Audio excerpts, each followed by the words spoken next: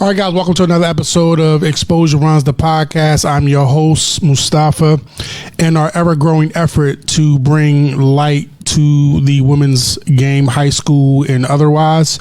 I'm excited with our guest today. I'm going to kind of read off a few things about you, if that's okay, sir? Absolutely. Okay, cool. All right, so first of all, we have one of the most decorated coaches, girls or boys, in Chicago. Has a 20-year coaching history that began at Harlem High School. Is that correct? Yes. Okay. Built that program from the ground up before coming over to Kenwood. Was an assistant coach at Morgan Park. That's correct? Yes. Okay. Had his own playing career at Lane Tech High School. Yes. Correct? Okay. Went to Mississippi Valley before transferring to SIU in 96. Later received his master's degree in teaching from Roosevelt University. Has won 6 IHSA regional championships, 2 sectionals. Was the 2021 IBCA Coach of the Year. Was most recently inducted, and when I say recently, I mean like within the last 2 weeks or last week or two, right? No, it was about 6 months ago. Oh, was it? Okay, because I'm just now seeing it. Yeah, no, it was about 6 months. Okay, my bad. Yeah, okay. no problem. Was just recently inducted to the IBCA, which is the Illinois Basketball Coaches Association Hall of Fame, which, by the way, has a requirement of having to have at least 400 career coaching wins. And when I checked, and you can correct this number, you are at 440. Correct. So you are 60 off from 500. Yes. Okay, so that's about 2 years. You should have 500 or sooner. I sure hope you're right. Okay. We're going to put that in the atmosphere. Thank you. Has led the Lady Broncos of Kenwood to their first 30-win season, their first super sectional. And he is the former coach of one of our favorite players and friends of the platform, Miss Brianna McDaniel. Shout out to her mom, Miss McDaniel. And you guys just recently competed and won in the Nike Chicago Summer League shootout. Correct. Yes. We would like to welcome Coach Andre Lewis to the show. Thanks for having me. Thank you, sir. I appreciate you coming on the show. So our platform, as you know, we started, or as you may or may not know, we started the platform in about 2020, March of 2020, and it has just kind of grown to what you see here. Started off doing some open runs. Now we're kind of doing some high level, elite open runs, if you will. And then it was just like one of them things where it was like, well, shit, let's do a podcast. You know, let's give an opportunity to these high school players to be heard. The goal behind that is just kind of like starting to prepare them for their college careers, whether it's on any level, but they'll eventually have to talk to the media, just kind of get them comfortable. And then bringing people on who kind of are the culture movers and shakers of Chicagoland basketball. I'm a guest here. I'm not from Illinois. I'm from Philadelphia. So like most people already know that, and those that don't, I like to, make sure that they do know that. So that's the purpose of our platform. So I really appreciate you taking some time out of your busy schedule to come on the show today. I appreciate it. I'm very appreciative of you having me on the show. I've watched the show, as I explained to you earlier, and I really enjoy anything that, highlights the positives of our young people in the community, and especially basketball as a platform for opportunities that they have moving forward. Absolutely. So just my first question is like, what do you know of the Exposure Runs platform? Just what I've seen actually in the past year from the engagement that you have had with young people and some of their coaches. I really started to pay attention, like I told you before, when Bree came on. Mm-hmm. I saw when Destiny Jackson came on from Whitney Young and her AAU coach, Barry mm-hmm. Bradford. And I've also watched parts of a couple of the boys' podcasts, but that's really my experience with your show. Okay. You was telling me off camera, like you watching some of the other podcasts, like you said I'm quite a character. Yeah. You're very entertaining. I really appreciated it. But it's coming from a very authentic place, and that's what I enjoy most. I think that we have to have humor, we have to have sensibility, and we can't take ourselves too seriously. I agree with that. So part of I have a family of entertainers, but even outside of that, when I have people up here, I do. I want them to feel comfortable talking to me.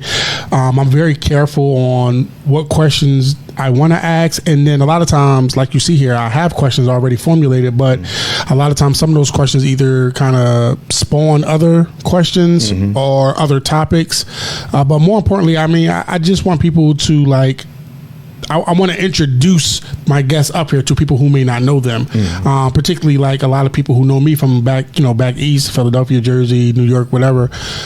And I've been here in Illinois since 2012. So, over the time span, I've made quite a family network here in Chicago, and I just want people to be open and meet and listen to and hear from different people, different minds, and different experiences. I've even had my brother up here who is he actually a comedian. He don't know shit about basketball, and that was one of the best episodes we ever had. Like, it was a good one. So, I'm just trying to expand. We about to try to get some college coaches up here to see what goes into recruitment and the whole transfer thing, and even when they leave, like, I'm going to ask some of these college coaches some hard hitting ass questions, like, as you should. Yeah, definitely. I need to know that.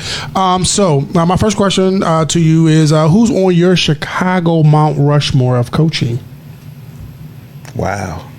And if you want to add yourself, you can. By the way, don't be humble.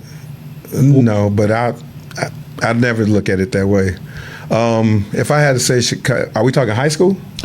Yes. Okay. Rob Smith. Okay. For me, Rob Smith, Dorothy Gators, George Stanton. Okay. Fourth one. Fourth one. I would probably just have to go with Tyrone Slaughter. Okay, that's a damn good Mount Rushmore right there. Yeah. That's a damn good, and shout out to Coach. Coach Slaughter and Coach Rob will be up here Monday. We've had Coach Rob on here once already, and he's bringing Coach Slaughter up, and we're going to talk about the Chicago Classic and all of that. But make sure you tell Tyrone Slaughter I said that. Oh, I will. Yeah. I will. I know. I'm my guys, but Tyrone he's a character too. How can I say? He gave me his raft a little bit recently. Yeah. I put something out on Twitter, and he reached out to me and was like, give me a call. I didn't know his voice. I know it now. Yeah. I didn't know his voice, but when he did, he was like, he put his number in there, and initially I was just like, well, no, in my mind. I'm just keeping, all right, so I put this tweet out there, like, I invited a player to the showcase that we already have. The player said that his coach said he couldn't come. I found out later on that wasn't true, but it really annoyed me that, and it wasn't a shot at Coach Slaughter directly or particularly. He just happened to be the one. Right, so I'm like, damn, that's kind of corny that these coaches is keeping their kids from, yada, yada, yada. And he reached out and was like, call me. And initially, like, I hit up a couple of my, my people I trust, like, yeah, Coach Slaughter want me to call him. I don't think I am. Like, why? I mean, I stand on what I said.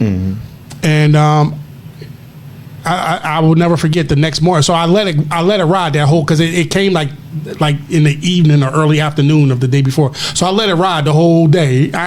He was one of the ones I talked to, and I'm like, nah, I'm not. Why? Like, why? I say what I said. I mean, it is what it is. But part of my evaluation was like, right, wrong, weak or strong, agree or disagree. I always want to give somebody an opportunity to kind of like, if we got disagreements or we don't agree on something, let's discuss them. Absolutely. That don't necessarily mean I'm going to change my mind, but but particularly, I mean, Tyrone Slaughter has enough credibility in this city that he at least deserves a conversation. Absolutely. And that's where I took it. So then the next morning, I called. I said, you know what, fuck it. I mean, first of all, I'm getting dressed, and I had my phone in, his number was sitting there. I'm like, you know what? I'm not no bitch. Like, look, I'm gonna call. Fuck it. Yeah. So I called, and initially he didn't answer, and then he called me back, and we had a great great conversation. And he explained, like, he was. Well, first he said, "Well, this is the shit that I thought was corny," and a big fuck you to whoever did this. But he was like, "Yeah, somebody sent me your tweet," and it was like, "Oh, so somebody was like really trying to start some shit." Mm-hmm. And which I see respectfully that's what Chicago is all about. But what the fuck ever. So he said, he was like, "Yeah, somebody sent me a tweet, and I just wanted to talk to you about it." I'm like, "Okay, cool." Like, he explained the entire situation, and I was like, "My bad. I didn't know it went like that," and and I didn't offer to, but he was just like, "You don't have to take the tweet down," and I was like, "Okay, like, I don't think I was going to, but." I would have considered. I didn't say this, but this was my thought. I'm like, okay, cool. And so the comment, and then I offered. I'm like, well, I'd love to. You, regardless of this tiny little thing, who you are still deserves, I think, an opportunity, or maybe I should say, I deserve an opportunity to talk to you on our platform. Mm-hmm. So I offered a chance for him to come up here, and he accepted. He said, "Yeah, just give him some dates and times," and we've been kind of like going back and forth. But now that they got the Chicago Classic well, not coming. It's already been a thing. Mm-hmm. Coach Smith reached out and was like, "Yeah, me and Ty want to come up and kind of talk about it." I'm like, hell yeah, y'all can come up here. So I'll get a chance to talk to him on Monday, and I'm gonna bring that up. And we'll talk about it. They're great guys, and Coach Smith is great. They're both they're about promoting Chicago basketball absolutely all day, every day. Ambassadors, and that's what it should be about for our young people, and that's what we should highlight, the positives of our community. And this is one of the greatest. I mean, they've done it better than most. And, they have helped so many kids. And, the thing that I enjoy is the fact that, when you, from the outside in, if you think Whitney Young, Simeon basketball, you would think that, that they'd really be rivals, but they really in this for the benefit of Chicago basketball. From my understanding and from what I see, and I think I've even seen Coach, like, they're like almost like best friends. Yeah, they tight. They are tight. Yes. To be basketball, rivals. Yes. Behind the scenes, they like best friends, which I think is pretty damn cool. Yes, it is. And they've gone at each other. Yeah. As friends really should, really. Yeah, absolutely. The camaraderie and the sportsmanship, I like it. Oh yeah. I like it. All right, shout out to them. Why did you get into coaching? I don't think that I had the best basketball career. Okay. And truthfully, I felt like there were things when I played that I wish I could have done, that I wish I could have experienced. There was a certain type of coach that I wish I had had. Mm-hmm. And so my inspiration was to try to be the coach that I wish that I had. Interesting. That's outside of coaching, that's my whatever as far as being a father. Like my father was great, but it was certain experiences of being a child. It was like, damn, I wish my dad was X, Y, and Z, and I wish he would have said I love you more. And I would, you know what I'm saying? Yeah. But his experience was showing, not saying. So like I wanted to have the experience as a father of showing and saying. Right. All right. So that's pretty dope. Yeah. And then you said you didn't have a great, but you played at lane tackle. How would you describe your high school career? It was okay. Okay. I was an okay player, but I think that I could have been better, and I think that the players of my generation who played at Lane, because many of us are still friends to this day, 30 plus years, we all wish that we had been pushed a little harder in the game because we loved the game. And unfortunately, going to Lane, Northside basketball and basketball at Lane at that time, it wasn't a priority like other sports was. Gotcha. At Lane during my era, it was all about football and baseball. Got you. And so I kind of wish that we had that type of inspiration and that type of push from our staff, because many of our friends, because the thing in my day, really smart kids that lived on the west side either they went to school up north or they went to Whitney Young. I didn't want to go to Whitney Young simply because my grandfather worked at the juvenile detention center around the corner, and I knew what type of child I was. And I knew what type of authority figure he was. And if I act up in school, he was going to be there to deal with there was it. no crossing. Nah, I'm not doing that. Right. If I screw up, being proactive. Yeah, exactly. If I screw up at Lane, he at least got to wait till I get home. If I screw up at Whitney Young, he'll be right there to pick me up. Okay. Oh, he'll take an early dismissal today, and he going to deal with me right then and there. I knew who I was. Okay. You know, Okay. I was very self-aware. Is it safe to say I've always said that when it comes to coaches and the high level of success that they had, most of them were, with all due respect, were like average to not so good players because they saw the game differently from their angles as far as maybe not playing as much, maybe wanting to play more, maybe not getting an opportunity to do and say. The coaches didn't. So is that fair to say that coaches on all, I think coaches on all levels, from high school, college to the NBA, if you think about it, most of the successful coaches were just okay players, some mediocre. Yeah, I would say it gives you. Well, I definitely agree with that in my personal experience. Okay, and I would say that if you look even all the way up to who I consider, you know, probably my most revered coaching role model, Pat Riley.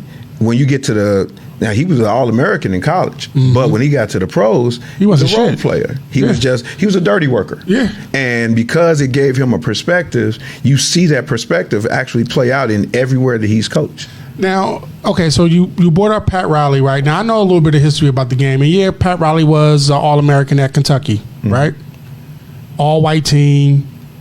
True. Back then when the voting and the whatever was to kind of promote the white players. Absolutely. His team was the team that went against that all-black Texas Western team. So yeah, okay. So on paper and obviously in the history books, Pat Riley was a All-American, but I mean, I get what you're saying. You know what I'm saying? Like Pat Riley wasn't shit to me. Like I mean, he already as a coach. I mean, as a matter of fact, he decent, and I can't even. Did Pat Riley ever win an NBA championship? Off the top of my head, as a player. Yeah, he was on several teams. What about as a coach? Because he coached the Knicks, then he went to Miami. He coached the Lakers, bro. You're right. My bad. You're right. My bad. Because then he coached the Knicks too. Yeah, he was there 4 years. But he was with the Lakers first. You're right. My bad. Okay, because he came after Paul Westphal, right? Yeah. All right, my bad. So he did win an NBA championship as a coach. All right, so but that just goes back to my point of as far as being a mediocre player. So I mean, shout out to Pat Riley, like you know, and he's like they call him the Godfather or whatever. And I've never met the man, so I don't know him personally, but I just think that asterisk wise, as a All-American, as a college player, is like you ain't had no fucking competition really back then, but. Should I fault him for that because he was born in that era? But all right, describe your coaching style. And before you do, I want to let you know I asked Bree, and I'll tell you what she said. But describe your coaching style. Intense, challenging. Oh shit. Direct. Honest with care. Okay. I like that. Honest with care. I like that. I think that's pretty much it. I asked Bree. I said, Bree, describe Coach Andre's coaching style. She said, fast paced. That was her, right? And I said, well, is he intense? She said, very. That's it. So when you said intense, I was like, oh shit, she actually said that. Shout out to Bree. Like she's a great young lady. I met Bree a few years ago at an event when she was recovering from her injury, and her family is just fantastic. So I love them. Have you ever thought about going into college coaching? Would love to if it was the right situation. Have you ever been approached to do so? Once, but it wasn't the right situation. Okay. I love the game. I love the nuances of the game. I love learning about the game. So any opportunity that I get to improve myself as a coach and a vessel for the game, I'm into. At this stage of my life, I'm married. I have adult kids. I can't take a $30,000, $40,000 pay cut and go to my wonderful, beautiful wife and be like, yeah, we're gonna do this and I'm gonna make half the money. She like, oh, yeah, no. Yeah, no, we're not doing that. No, we're not doing that. Okay. All right. It's bad enough I got to put up with your time not being around. Yeah. For that. Okay. You mentioned, just as far as the improvement going as a coach. I mean, do you go to coaching clinics? Yes, I do. I also I talk with a lot of college coaches. Okay. I try to share.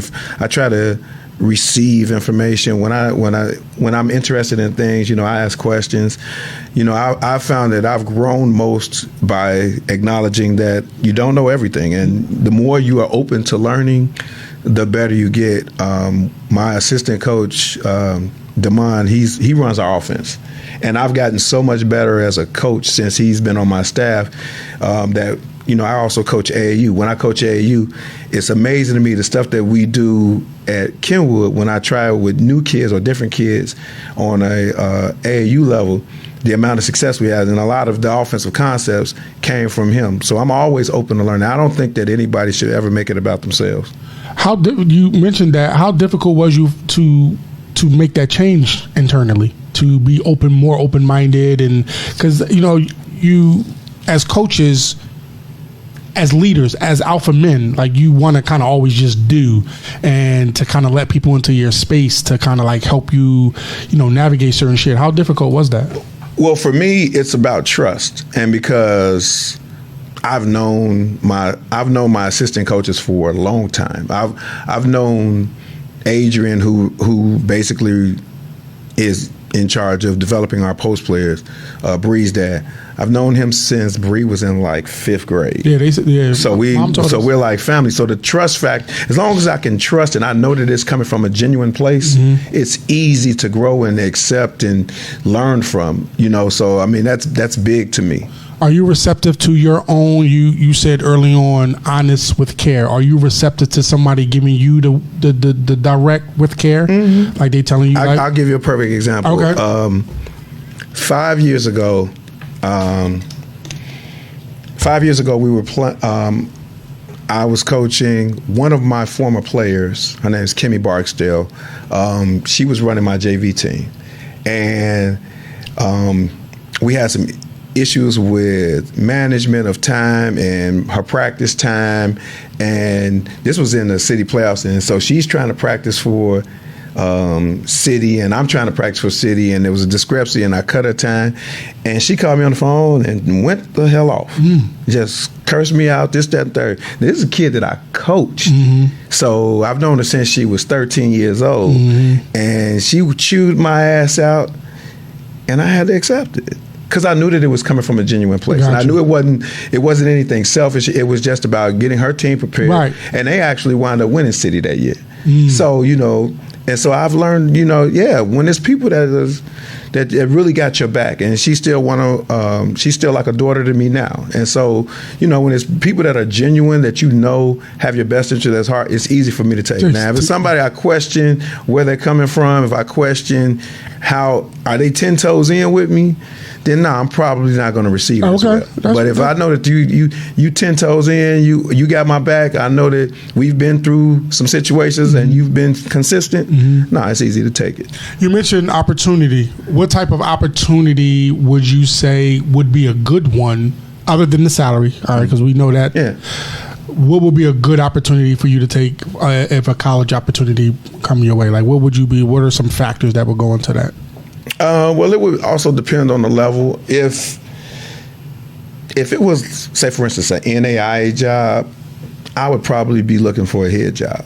But if it's anything above that, Division I, Division II, I would gladly take an assistant job, if everything works out, financially, because I'm always willing to learn. And, I mean, I think that I could ultimately coach on that level. Okay. I'm a huge student of the game.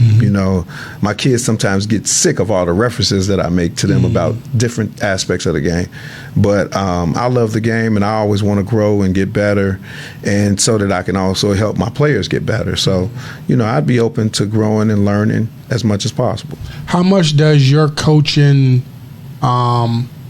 just the time and the energy that you put into your craft as a coach, as a leader, how much does that seep into and possibly affect your relationship? Because in order to be a successful coach, 440 wins, that's nothing to, kind of turn your nose up about. That means that you're in the gym, you're watching film, you're traveling, you're out, you know what I'm saying? Like you're scouting probably for the reoccurring of building your program up. Like how much has that affected your relationship positively and possibly negatively? Well, it comes at a price. Fortunately, my wife now, she understands and she's great. She's extremely supportive. She's involved. She spends time with our players from time to time. My players all have a great relationship with her. So it's definitely helped that. There were some times in the past where it has come at a detriment. And, I've tried to grow from those. And what it has helped me is I've learned to get better at managing my time and knowing to prioritize. Like, say, for instance, we have a shootout, and over Christmas break, we're going to have a shootout where we're going to be up in Detroit. Then the following week, we're going to go to New Orleans. And in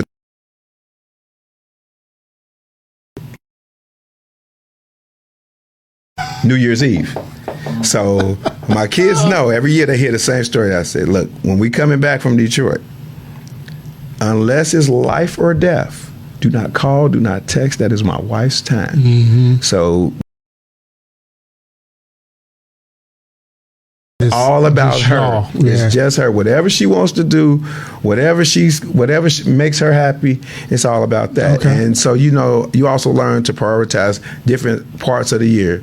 Spring break and this, that, and that. So I've learned to prioritize time and to allot time for family because, when we get to late October, and my wife know what it is. She understands. I'm in the gym. Yeah, she understands. How long you been married? This time, it'll be 8 years on New Year's Eve. Okay, you said this time, so this is your second marriage? Yes. Okay. Previous marriage, I was married 10, and I was young and I didn't manage time as good. Okay. And there were other issues, so you learn to grow. Respect. This is my second one as well. And when I say it won't be a third, that doesn't necessarily. I'm not saying that to say like, oh, of course I'm gonna be with my wife for the rest of my life. That's the goal. That's definitely the goal, right? But I'm never getting married again. My man. Ever. I am with you on that. Ever. It's over with. Ever. I personally don't, and this is with all due respect to my wife and all due respect to your wife, I personally don't understand why people get married a second time. Now that I know what I know, of course. Like, marriage it's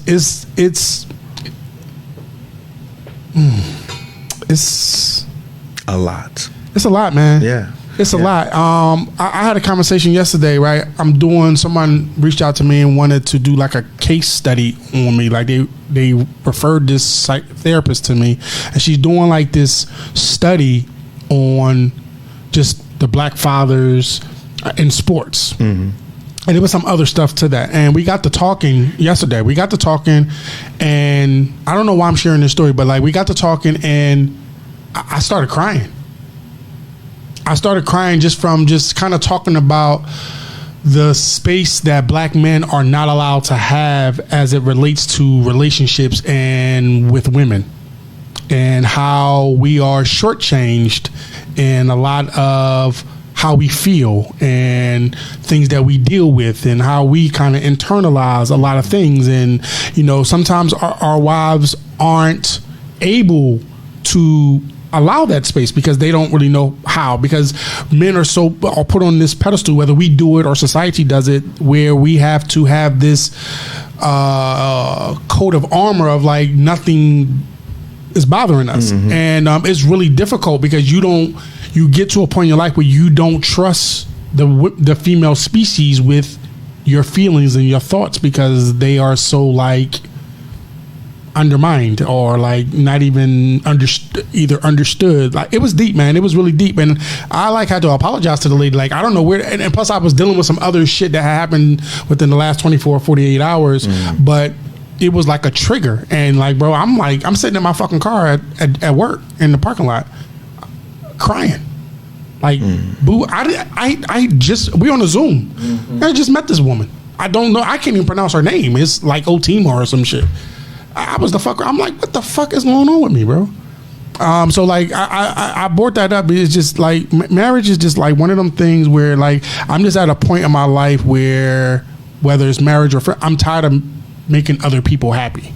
Like I'm tired of my job being to make you happy.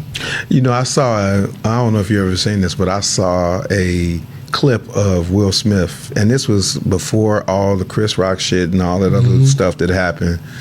And he said, he had a clip where he said, "It is no longer my job." I saw that. Yeah, and I was like, wow, it's no longer my job. Yeah. Like I'm here to kind of like support your happiness, but it's not my job to make you happy. Yeah, because it's extremely difficult to be responsible for somebody else. I mean, we have to have some level of self-esteem.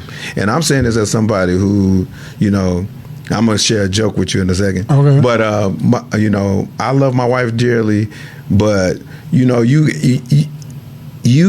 us as adults and as individuals, we have a duty to ourselves to make ourselves happy, and I can't make anybody else happy unless I'm happy first. And right. it's vice versa. It's supposed to work, you know, in unison. But this is what I'm telling you. My wife. This is how I knew this was going to be different. This marriage. Okay. So at the end of our first year, the first time we filed taxes together. Okay. We filed taxes. We in there with the tax preparer, this, that, and the third. And then when we get ready to leave, my wife, as we walking out the door, my wife said, "You know this is till death do us part, motherfucker." And I was like, "Yeah, I do." So we both made that clear, you know. And we said it jokingly, but I mean, I definitely, you know, don't want to get married again. Yeah. It's not. I'm not doing it again. Yeah, the goal is to obviously stay together forever. I'm just saying, like, you know. Yeah. All right, cool. My next question, you know, I had a difficult time trying to word this, so I'll just say the question and then I'll kind of try to clean it up. What is it like sharing the spotlight with Coach Irving down at Kenwood? I don't think that we share the spotlight. I had a feeling that you would say that, to be honest with you. I did. You know, I got, you know, big ups to Mike. Yeah, definitely. But I try to respect space. You know, boys program is who the boys program is. Girls program is who the girls program is. And, you know, we both want to win. We both want to bring a positive reflection of Kenwood to the rest of the state of Illinois and even nationally. But you know, I don't feel like we share a spotlight, and they do their thing, we do our thing. And, you know, we both want each other to be successful, but I don't feel like we share spotlight. How would you categorize you and Coach Irvin's, you know, relationship? You know, we laugh, we joke. It's professional for the most part. You know, I couldn't tell you the inner workings of their program other than, you know, I see the players. But, you know, we cool with each other. We don't have any drama with each other. But, you know, I'm so into what I'm into, and he's into what he's into, that we ain't really got time, you know, because I want a city and a state championship. I ain't got time. You know, people be like, well, what the boys, or such and such. Until I'm at a game, I don't really know what's going on, because usually when they got conditioning, or when they got open gym, we got conditioning. When we got an open gym, they got conditioning. I don't really have time because I got goals to get to. So okay, is it the coach's responsibility to plug their players to college coaches? I believe it is. Okay. For me, I believe that a kid that is under my supervision for 4 years, and they're there for 4 and 5 days a week, and they putting the time in, they putting the work in, and they've said that they want to play basketball at Kenwood, and they want to play in the program that I'm governing. I believe it is. I reach out to schools all the time. I know that some people believe that that's more of an AAU person's job, the AAU program director or whatever, but I feel more obligated. They may be with their AAU coach maybe twice a week for 3 or 4 months. they're with me 5 to 6 days, and shoot, for most of the year. So I believe that it is. So, I'm going to do everything that I can to help that process as much as possible. What are the conversations like with you, the players, and the parents as it relates to the parents and the players having their goals, albeit realistically or otherwise, at the level that they think that they can play on as it relates to college? Like, what are those conversations like? Are you like, baby, like you not a D1 player, or you might want to look at this? Do you encourage? Do you? I don't know. I don't want to say discourage, because I don't take you as that type of coach. So, like, I don't take you as the type of coach if a kid comes in and say, I want to play Division I at Stanford. You be like, no, baby, you can't play at Stanford. Like, what kind of realistic conversations do you have with them? Well, again, first I lead with honesty. And one of the things I tell players is, that you're a Division I player when a Division I school starts recruiting you. You know that you're a Power 5 player when the Power 5 school starts recruiting you. And until then, Bree walked in the door. Matter of fact, before Bree walked in the door, 8th grade, she told me the summer before her first day of school, she gave me this whole list of everything that she wanted to accomplish in high school. And I said, okay, well, let's work. And we know that you're a Division I player when they start recruiting you. And if this is what you aspire for, well, let's do your research. I have this conversation with many of my kids. Do your research. What are the measurables of a kid that plays the position that you want to play at that level? What are they doing? What did they average in high school? What are this? What are that? Who's recruited you? Who's going to see you? Are you strong in these areas? So I have very authentic and honest, open conversations with players and parents. They think, if you think that your kid is the greatest thing, and like I was explaining earlier, also, they may be, well, my kid doesn't get an opportunity. Yeah, they get an opportunity. I give everybody an opportunity. I've even went as far as in the summertime, if I got too many kids trying out to try to make my varsity team, multiple times, and this even happened Bree's into her freshman year. We had 18 kids that said that they wanted to be on varsity. So, I'm not going to deny opportunities.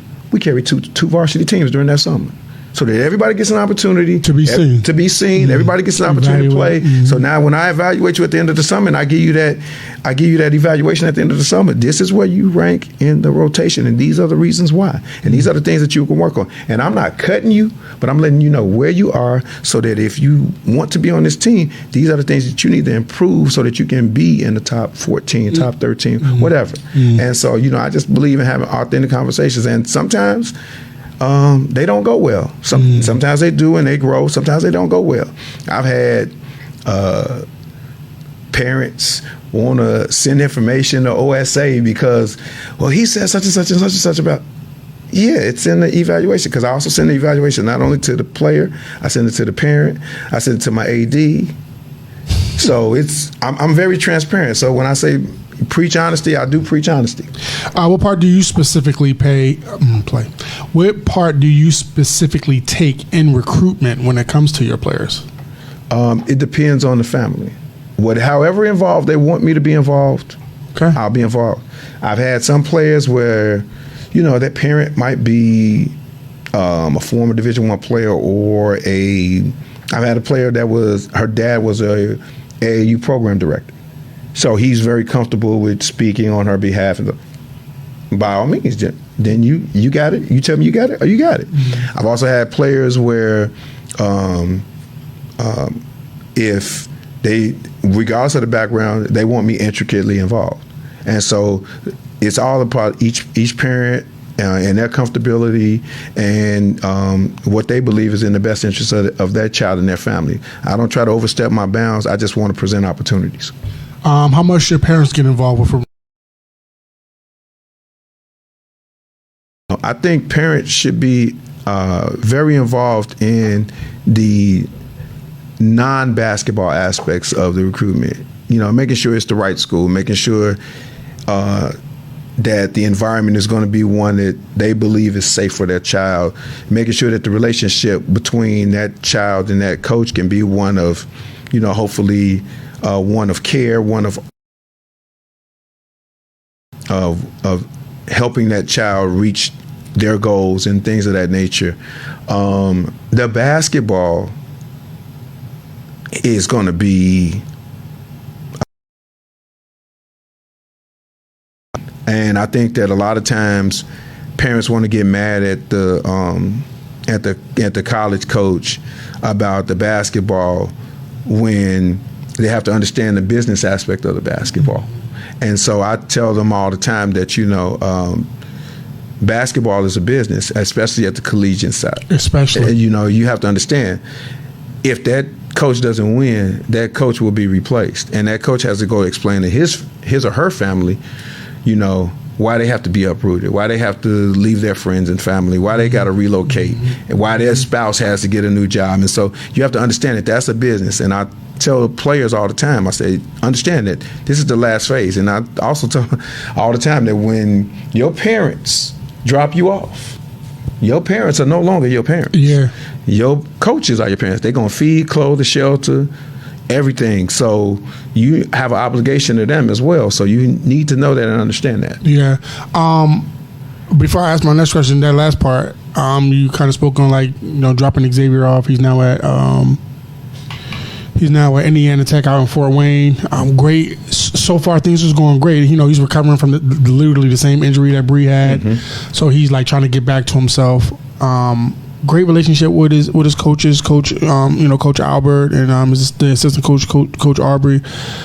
You talked about when you dropped them off, the coaches are the parents now. Thankfully, these coaches are very receptive. Now, I'm very, contrary to what people think about me, I'm a hands off kind of a dad. Mm-hmm. I'm involved, mm-hmm. but I don't like to overstep. I'm not overbearing. I know I have either the personality for goddamn sure, or even the stature for certain of being overbearing. But when it came to Xavier, all I did was record his games. I found a spot in the gym. I always had headphones on because I didn't want to hear other people saying shit about my child, or even motherfuckers, fans from the teams saying shit about my child, because that happened one time. Mm-hmm. And I just recorded. Mm-hmm. And so I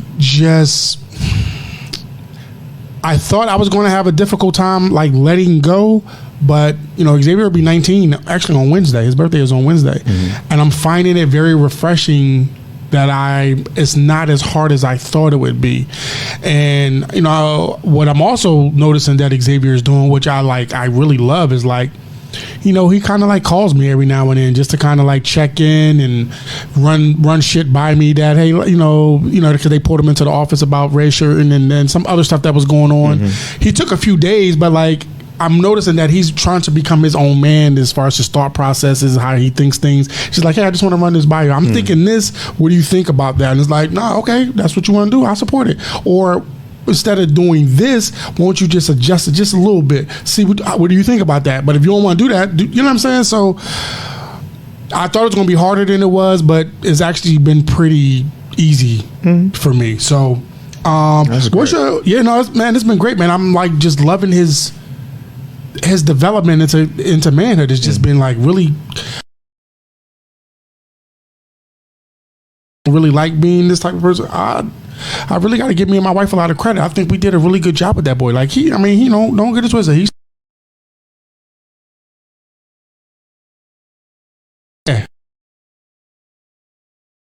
26. I said that's why when they 22 and they'll graduate college, they'll still go off and do some crazy stuff. Yeah, because they're not fully developed. They don't even know. So no, it's been really great, man. It's been really great just to kind of watch and it's been great. It's really been great. What's your thoughts on the transfer portal as far as college relates? Because it seems that, and I don't know if it's like this on the girl side. I'm going to imagine that it is, but college coaches seem to not want to fuck with high school kids that much anymore. For many, they don't. If they don't have to, I mean, you look at it. You want to bring in somebody that's a rookie, or you want to bring in somebody that knows how this thing goes, who have already been under the initiation of how this thing goes, and maybe it didn't work out from a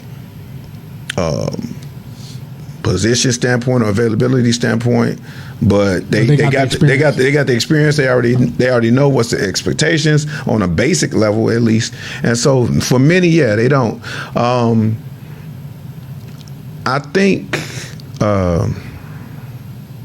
it's kind of twofold. One, you have to evaluate.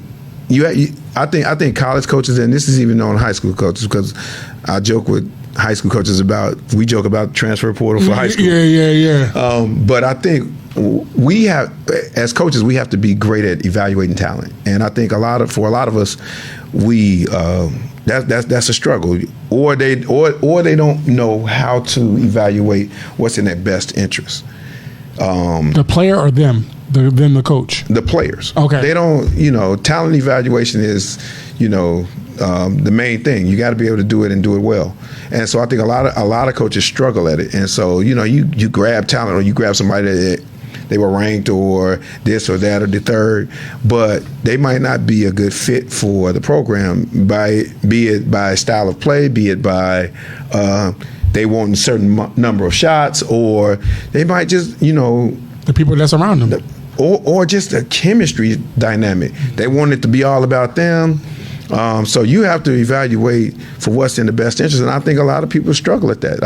I see teams that struggle on a professional level with it. We live in a city with one of them, where that's a real struggle. Yeah. And then I look at a team like the Oklahoma City Thunder, where they killing it. With you couldn't name other than SGA, you couldn't name another player on Chet Holmgren. You can't name anybody else on that. You sure enough? I don't even know who the goddamn coach is over there. Yeah, but they're doing an awesome job. They are.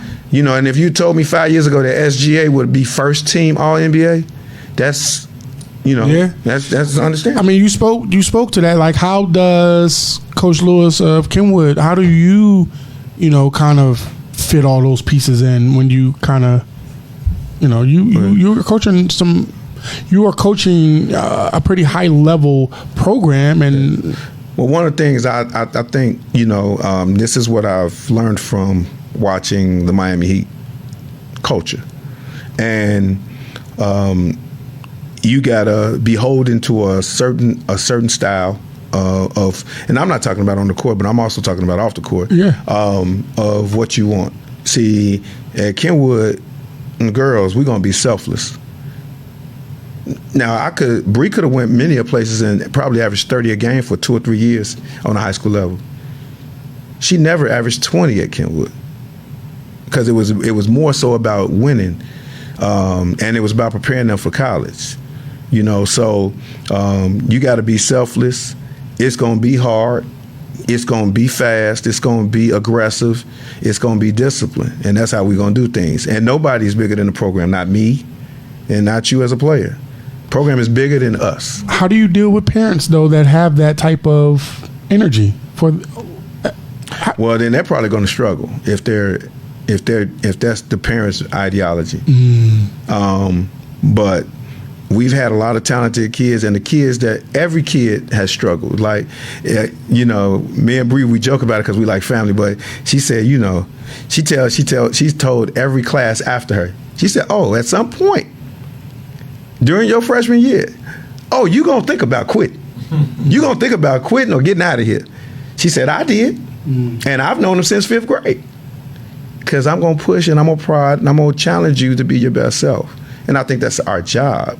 Bree was great offensively. She didn't guard until she got to Kenwood. She said that. Yeah, she didn't guard. And I forgot off the top of my head who she gave credit to in terms of like that switch being flipped. But she said she struggled.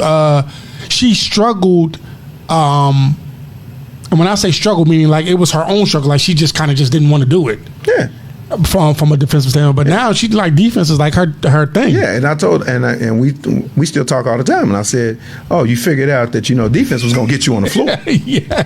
I said, "There you go." Yeah. And so, but I think that you have to make sure that everybody understands that it's about your program has to be bigger than everybody. It's all of us sacrificing for the benefit of the whole, and I think that we've done a good job of that. One of my things when kids decide that they want to come to Kenwood, one of the things that they oftentimes do is they have a shadow day.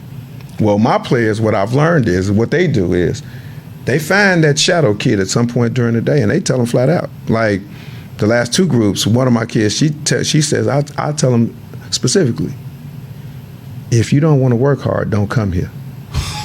They tell me, right?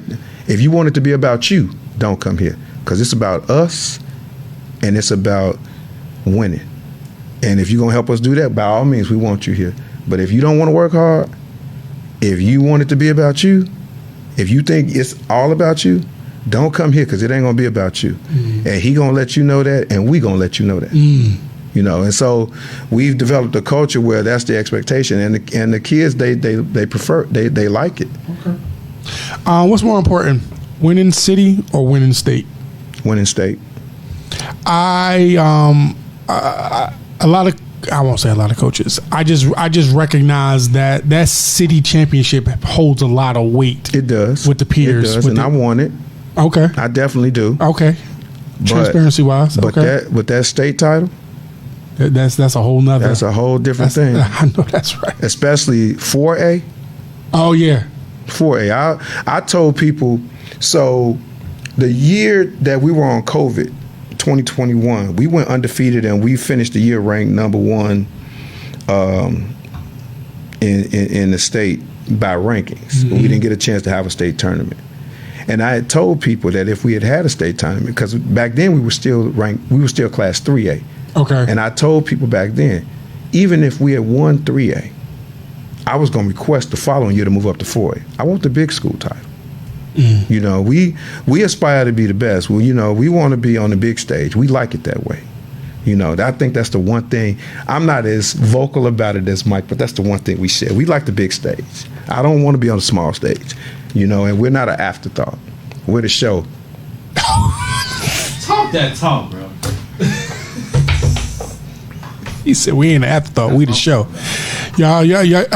I don't even have that for that. I knew it was coming too. I ain't even got that for that. I know that the state title has eluded you over your career. Like, speak to, like, how badly do you want that?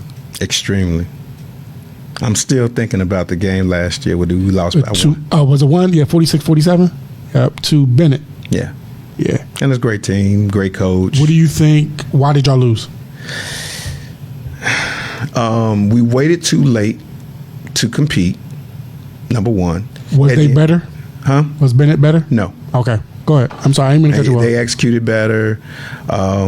You know, they did a great job. We had too many droughts in the first half. Once we turned it on, we turned it on. And then at the end, we had a defensive lapse.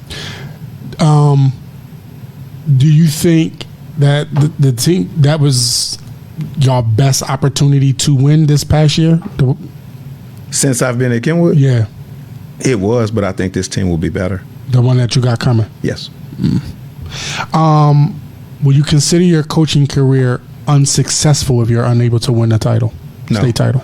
No, because it's always about the kids, and although it will be disappointing, I'm happy of the lives that I've changed since I've been coaching. I've had that's another different feeling. I've had over 20 kids go to school on scholarship since I've been at Kenwood. I've had 13 kids go Division 1 since 2017. We've had countless kids who may not even play basketball in college, but they got academic scholarships, and so they're extremely successful.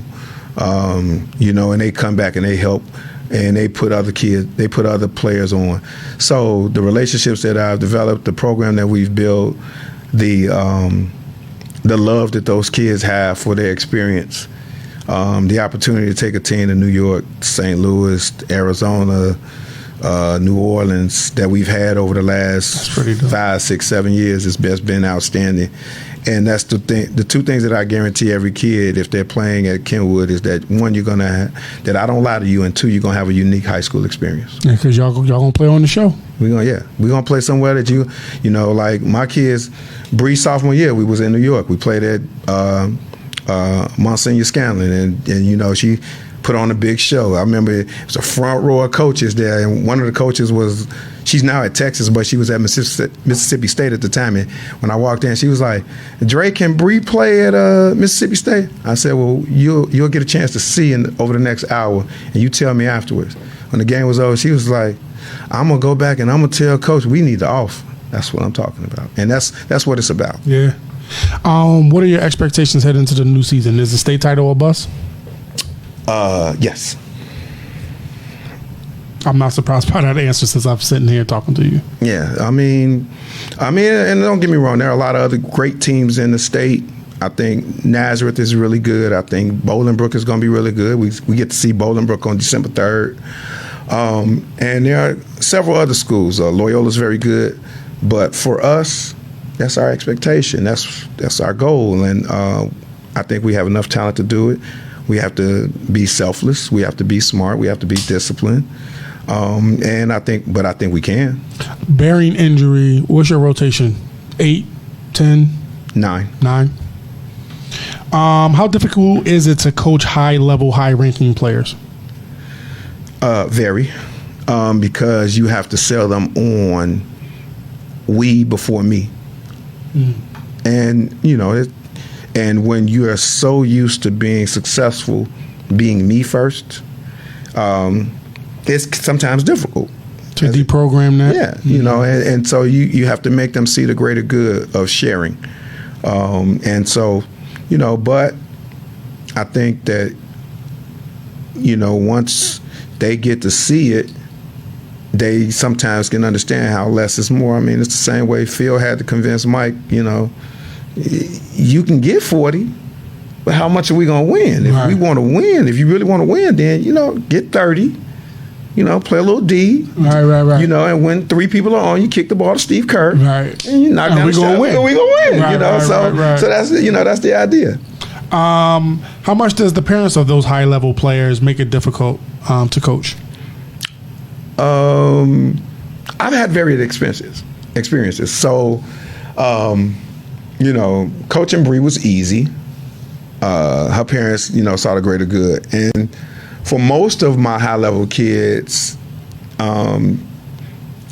it's usually at the end is cool. But going through the process, I've had some players and their parents are like, they should be getting more shots in this thing. Well, if they go get a rebound and they push the ball up the court and there ain't nobody in front of them, then by all means, go get yours. But you also have to understand the personality of your child. And sometimes the parents may want them to be something that they're not ready to be. And they have no idea. Yeah, and that's not your child's personality. Right. So you have to be in tune with who they really are, not just as a talent, but also as a person.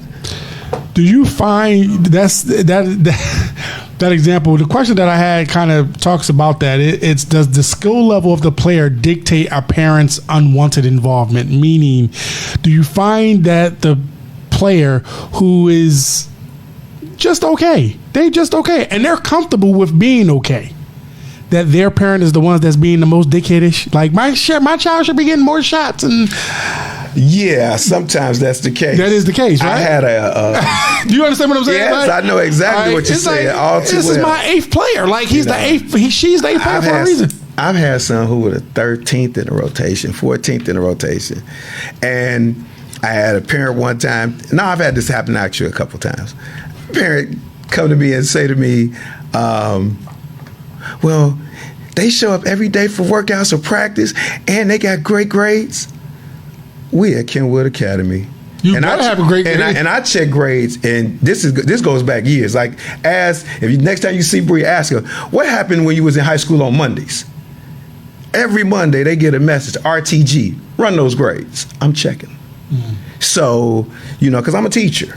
So if your grades are not right, we wasting our time because you can't get recruited without meeting a certain benchmark. So, have you ever had to sit a player, yes. One of your star players for grades? Yes. Because it's easy to sit the player who's the 13th in the rotation and they ain't passing. Like, your ass wasn't going to play no way. Yes, I've had to, unfortunately. It hasn't happened in quite some time. But yes, I've had to. There was another follow-up question I wanted to ask today. It just jumped out of my brain, but I'll follow up with, who's been your favorite player to coach in your career and why? And you can't say all of them. You got to name somebody.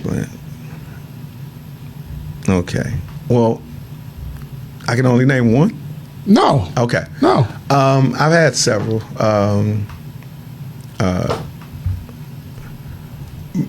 Bree was great, of course, because in big games she showed up and she wanted to show out. Bree and I are very kindred spirits. I get that. She was kind of like my spirit animal. I get that. Yeah. So she was fun. I'm gonna tell you another because I didn't tell you this earlier. Ty's daughter Alana Slaughter played for me. Yeah. Oh wow. Yeah, she played for me. She played her last 2 years of high school for me. And it was a joy to coach her because she wasn't loud. She was low key, but she was very, very direct. Very direct with players and how to deal with stuff, you know. And, you know, she's just an awesome person. So shout out to Alana. By the way, I've also had the pleasure, at least her first 2 years, Rob's daughter played for me too. Really? Yeah. So, you know, I've known them on a different level. Okay. Yeah. Okay. That's So, what's up. But Alana was great. I had another player. Her name was Tarshia Page. She was great. I've had quite a few. But what makes the experience great is when kids get it and they take on the responsibility of your team and your program, and They become the coach. yeah, and just like actually my point guard now, she's my point guard and my power forward now. They're in that position now. They have really embraced this is their team That and leadership they're role. vocal. You know, like you know, kids come in. It was like they told the senior, "Hey, if you don't step this up, you probably ain't gonna play much." You know, and it's a hard pill to swallow, but they're telling it. You know, I found out a week after that they had this conversation. So, Right. Like, Make your I job like, a little easier. I was like, y'all know me well, huh? You know, so If you're not coaching high school basketball, what are you doing? a lot of stuff. Okay. I'm traveling. Probably at a cigar lounge. Okay. Might be doing yoga. Out with the wife eating a fine dinner. Okay. Or on you know, me and my wife, when we are on vacation, we like to do crazy stuff. Like we zip lined in Puerto Rico from one mountain to the other mountain. You know, we do daredevil stuff. So, Okay. so yeah, it's a lot of stuff. You know, if it's just one day and I got a couple of free hours with our kids, I might be at some doctor getting some acupuncture. So, you know. Interesting. Yeah. Okay. Yeah. I found other things to do. Okay. Name your all-time NBA starters and six man. We're gonna do NBA and WNBA. Okay. Because you know I haven't shot my boo out in a while, so you know I got to shout my booski out. All right. What you said. So let's. Yeah. So NBA. Yep. Mike. Of course. Kareem. Okay. Magic. 3. Mike, Magic, Kareem. Let's see.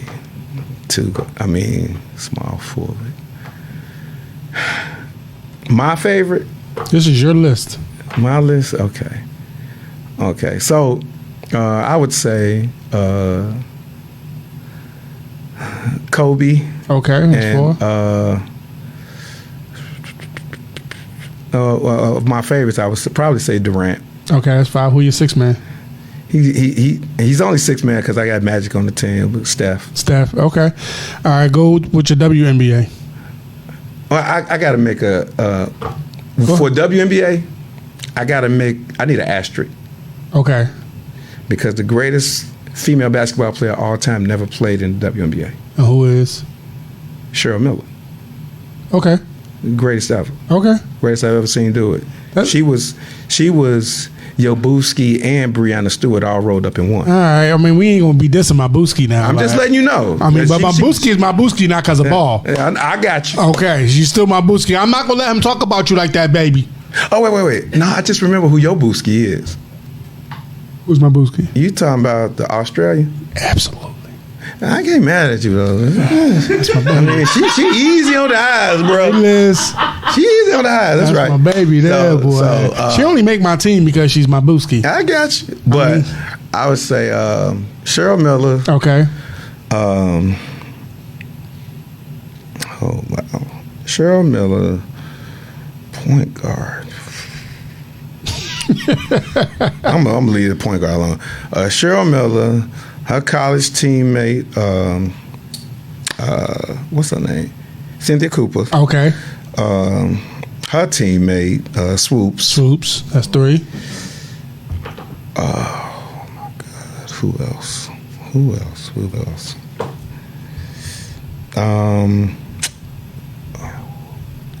That's hard. I guess I'm gonna go Lisa Leslie. Mm-hmm. And I'm tripping. Maya Moore. She walked away from the game for love too. Mm-hmm. Yeah. I respect that about Maya. I do. NBA Miles is AI, Kobe, Jordan, LeBron, Hakeem. My 6th man is Jamal Crawford. Wow. My women's, I got Cheryl Swoops, Sue Bird, Diana Taurasi, Lisa Leslie. My Booski, Liz Cambridge. Hey, baby. My phone line is still open. And my 6th man, I'm changing my 6th man. I forgot who I put before, but I don't know why I never had her as my 6th man, because I'm doing my home city disrespect. And that's Dawn Staley. Dawn Staley. I love Dawn Staley, man. She is great. I used to go to high school with her cousin, but Dawn is like, she a god in Philly, bro. She should be. But you know what though, and this is no slight, because I love Dawn. I'm FTC all day long, like she is. Mm-hmm. I'm for the culture. But it trips me out that you a point guard, and you hardly ever let your point guards get off. Like on her teams, her point guard don't really get off. Nah, and that's always her bigs. And it's always, and I get that, but I'm like, you were a point guard that got off at Virginia. She did get off, and Olympics and all that, Charlotte and all that. But the other thing too about that, and you can correct me, you would know this much better. When you think about Dawn Staley's teams, from when she was at Temple and now in South Carolina, she's never really had a superstar point guard. It's always been her bigs. Yes. So she's not really recruiting high level. Well, maybe. Well, the Cuevas kid was high level. Oh yeah. She was high level, and they had a very, from what I read, they had a very combustible relationship, because the Cuevas kid almost transferred like twice or whatever, and so it's just, and she was a high ranked recruit. She was like a top 10 in the country type. These kids are soft though, man. Yeah, they're so different, and it's funny because my older players, like, I'm still friends with a lot of my former players from my Harlan days. Okay. And I coached at Harlan from 99 to 2010. And so a lot of them are very supportive. So when they come watch a Kenwood game, or when they come to a practice, they be like, "Oh, you ain't the same." They was like, "You so soft." Yeah. And it's like parenting. Yeah, and what I've learned is you gotta trick them. So like, when I was coaching them, we could just run lines. We run 17s or we'll run touch 10s, and we do all this running without the basketball. But with my Kenwood kids, I just changed it up. We do 5-ball weave. We do all this stuff with the basketball. Still running. We still run. And that's what I try to explain to them. We're still running. I just tricked them. Yeah.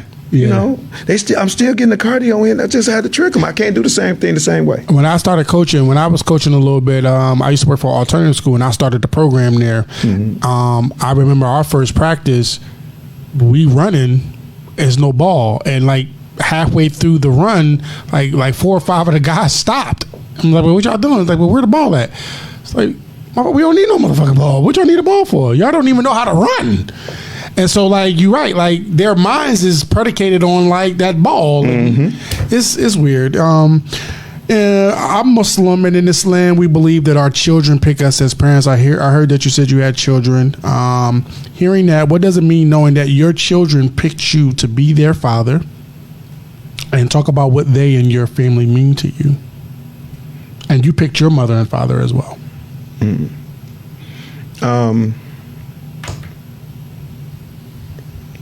My children are, first of all three are adults now. And so I have to be a voice. And as adults, it's different because I have to be a voice that can't speak loudly anymore, that I have to speak with compassion. You still have to be honest, but you have to be a little more understanding, and you have to allow them, because all of my three children have children.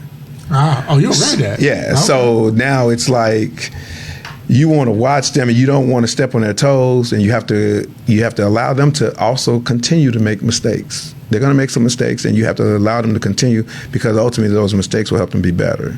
And I learned that from my relationship with my father. My mother died when I was very young. My mother died when I was 7. Mm-hmm. And so my relationship with my dad was one that actually grew. I thought my father, until I was about 19, was the worst man on the planet. And then when I got 19, and we had a incident that happened between I and my grandfather, where I couldn't take it no more, and I read him about himself. And from the time I was 19 until the day that he passed, he died in 2015. From the time that I was 19 until the day he passed, he was the best father I could ever ask for. I had a very similar situation with my dad. I thought the man hated me. Yeah. I thought the man hated me, and one day after we prayed, we were sitting in his prayer room, and I it's like, man, like, what's up? Like, why I feel like you don't like me? Like, what the fuck is going on? Like, I've never heard you tell me you love me, and he was like, I could see like that look on his face, like, damn, like, I didn't know you felt that way. Like, but I used those experiences to father. Mm-hmm. You know what I'm saying? But up until the day he died, like, from that conversation, which I was a little older than 19, to the day he died, the relationship got better. Mm-hmm. It got better. And our parents, particularly our fathers, they parent how they were parented. They didn't have the wherewithal, let alone the desire or even the intelligence to want to change up. It's one of those, shit, if it ain't broke, don't fix it. Mm-hmm. And they didn't adjust or adapt to the times. And like, we had to. And it's funny you mentioned that, because the other thing I was gonna say is that what I learned in the process of going through this with my dad is that, one, and this is a hard pill for us as men to accept, but women actually do mature faster than we do. We do. They do. And then secondly, he was still going through his maturation process. Mm-hmm. So he was so much different as he got older than when he was when I was mm-hmm. younger. Mm-hmm. And so he had morphed. And it's so funny because, like, my wife was like, I can't even believe that you like, when I tell about the early days when I was a kid, mm-hmm. she's like, I don't believe that. Right. Your dad couldn't have been like that. Right. But because that's not who he was when she encountered him, mm-hmm. and it wasn't. And so I had to understand that, that he was still going through his maturation process, and he wasn't mentally where he needed to be in order to give the love that I needed at that time when I was younger. So yeah. And how much did that relationship, the hard and when it got a little easier, did that play into your specific parenting style? Well, it's aided me a lot. I still try to be honest with my kids, but at the same time, I also have to have some compassion and some understanding and allow them to make some mistakes. Mm-hmm. And after they make the mistakes, say it's going to be okay. Mm-hmm. But because if you don't, then it's only going to make the situation worse, and it's going to stop their growth. And so that's really what I try to just preach to them. It's going to stop their growth because they're not going to want to make those mistakes, particularly in front of you. Yes. You know what I'm saying? So like, you have to be like, with Xavier's, like, those conversations of like, bro, the stuff that you're going through, the mistakes that you're making, they're actually pretty fucking normal. My job is to keep you from making them. And I always tell him, because I had to learn this, you could be doing shit completely right, you're still going to get feedback, because the end result is right. Maybe I could give you a way to get there a little faster. You probably took the long ass way to get there. So like, you just have to get in your mind that no matter what, life is always going to offer you feedback, and you just have to be willing to accept that. And that's something that I had to learn. In the workplace, ironically, from my guy Sean Holmes. So shout out to him. Last thing I want you to do, I'd like you to send yourself a message for the future. So speaking in third person, Coach Andre, and then give yourself your message. My message to myself would be, stay the course.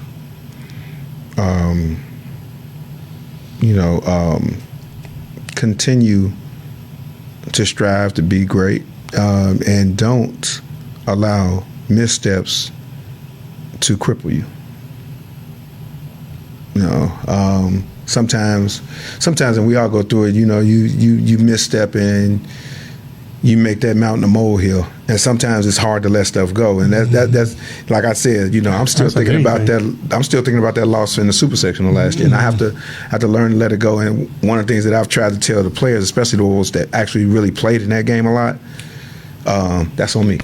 So I'm trying to take the brunt of that, and so I take it for them, but I also need to also understand that I sometimes got to let stuff go, and you got to just move forward and use that as a stepping stone for greatness. Coach Lewis, I really appreciate you taking the time out of your Saturday to be up here with us. It really means a lot. Like, it's helping us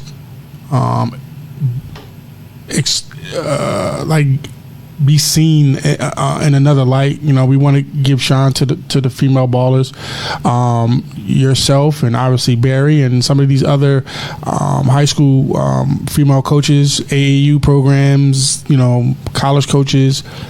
You guys are doing a fantastic job of carrying that torch, and I think it's important that you guys be given the same voicing opportunities that the boys get. Like, the boys game is going to shine just because. Yeah, absolutely. The girls game, sometimes needs a little bit more of, hey, over here. So, me and Bo, we are, he just had his great event, Crown the Queens, down at the Wintrust Arena. It was a great event. Hopefully next year we'll get a chance to get you involved. Shout out to Barry, who was very supportive in helping us get the talent, the young ladies, but we'd like to expand that opportunity. So, I definitely like to, bring you on board with that. I'm going into next year, and we can kind of talk more about that. But thank you for taking some time out and coming up. I hope you enjoyed it. I hope, we made you comfortable up here. And this was a great opportunity. I appreciate talking with you guys. Anytime we get an opportunity to expand and broaden the platform of girls basketball and women's sports, I'm all for that. This is kind of my ode to my mom. My mom is the one who taught me how to play basketball, so this is a labor of love for me. So I thank you so much, and I'm hoping that, regardless of what we're doing, that we're moving our culture forward. So that's the biggest thing for me. That's definitely, the culture is definitely the most important thing for that. And on that note, we're going to end here. Shout out to my guy, Bo Harrison, AGM Plus across the board over there. Shout out to Tyree Booker of Numerex, Derek Ellison. Those are my guys. And, of course, we got the Chi-Town Showcase coming up. We got 40 of, I would say about 28 of the top players that's going to be mixed in with some players that should be given an opportunity, which is the goal of the exposure runs, is to give exposure to these guys. We got a great lineup, man. That's headlined by Ahmad Newell from Philadelphia, the number one player from Philadelphia will be here. We got Angelo how do you pronounce his last name? Saravino. Angelo Saravino. I'm sorry, Angelo, about that. KJ Wyndham, I'm coming. Deshaun Stevenson, of course, will be here. Malachi Johnson. I mean, we got, Gianni Cobb will be there. The returning MVP, RJ McKinney, will be there. I got two other young men from Philadelphia coming who have no exposure whatsoever.